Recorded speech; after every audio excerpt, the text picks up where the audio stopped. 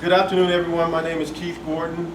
Real quick, by show of hands, how many parents do we have in the audience this afternoon? Okay. All right. How many? Okay. Another question for you. How many parents do we have that want their children to succeed in life?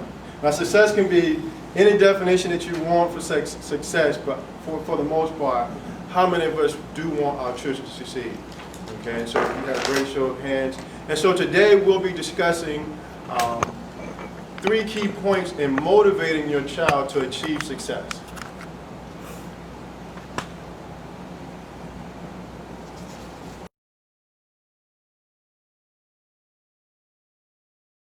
Of course, the agenda that we're going to be following today it's going to include a brief introduction.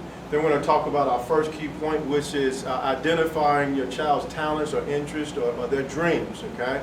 Then we're going to cover a second key point, which is encouraging participation.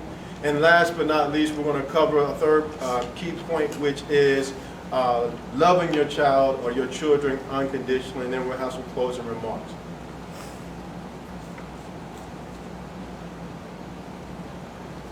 Brian Tracy said, all successful people, men and women, are big dreamers.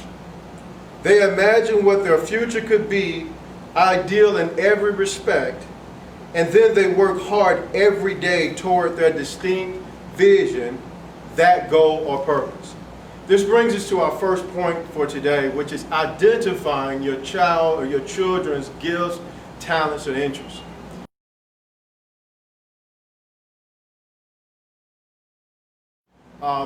All of us have unique gifts and talents, okay? Even the very occupations that we're doing today that we're successful at is due to the unique gifts and talents that we have, okay?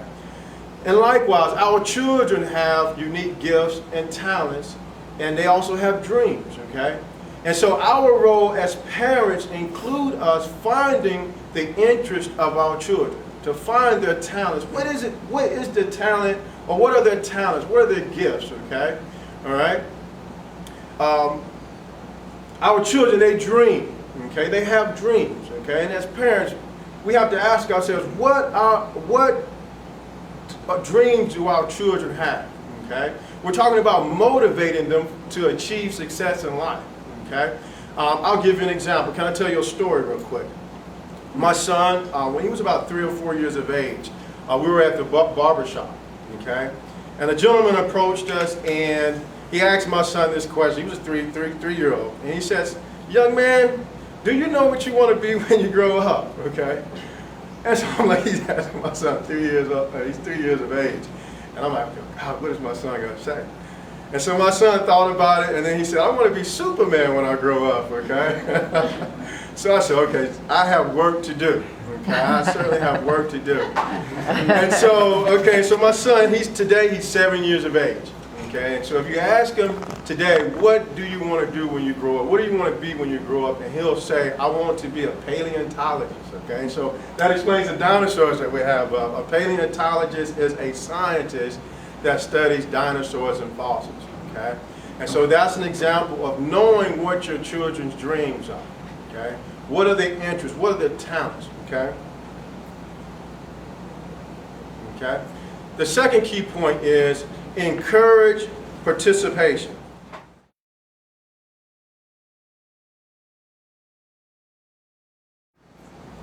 Encourage participation. Earl Nightingale said, successful people are dreamers who have found a dream too exciting, too important to remain in the realm of fantasy. Day by day, hour by hour, they toil in the service of their dream until they can see it with their eyes and touch it with their hands. Encouraging participation. As you can see, there's a child with a ball in his hand. Okay, their parents are probably encouraging participation.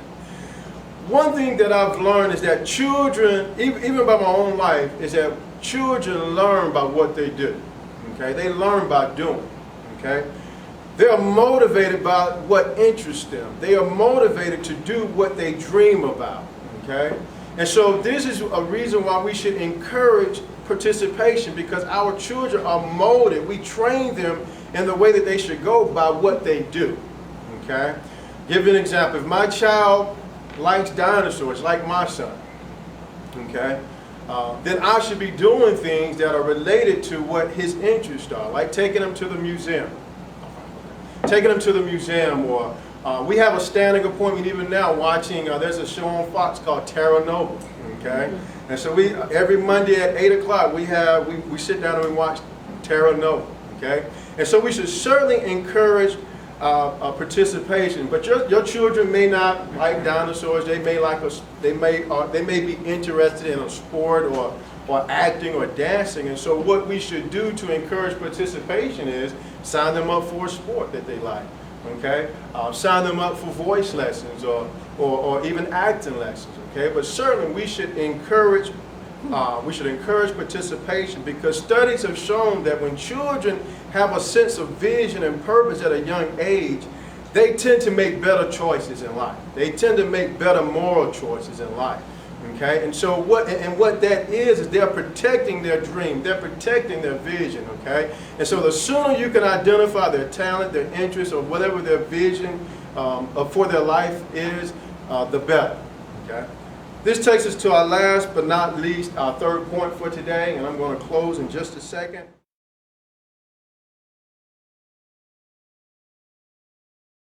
Love your children unconditionally. We can never go wrong by loving our children unconditionally, okay? Love them for being your children, okay? They may be the most talented, they may be the least talented, but one thing you can rest assured is that they're your children, okay?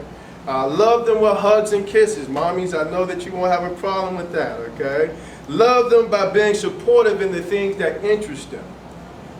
Build them with words of encouragement. Build them with words and with your actions, okay? Invest your time into your children. Why? Because they are our greatest commodity. And also, we only have one opportunity to raise our children, but rest assured, they'll be with you for the rest of your life, okay? All right. Win or lose, they will always be your children. In closing, I'll leave you with these 3 points. 1, identify your child's talents, dreams, or interests. The sooner the better. It's never too soon. Secondly, encourage participation. Children learn by doing, okay? Third, love them unconditionally. If we do these things, the sky's the limit. I would like to close on a quote by Miles Monroe. He said, "The poorest man in the world is the man without a dream. The most frustrated man in the world is a man with a dream that never becomes reality." Thank you for your attention.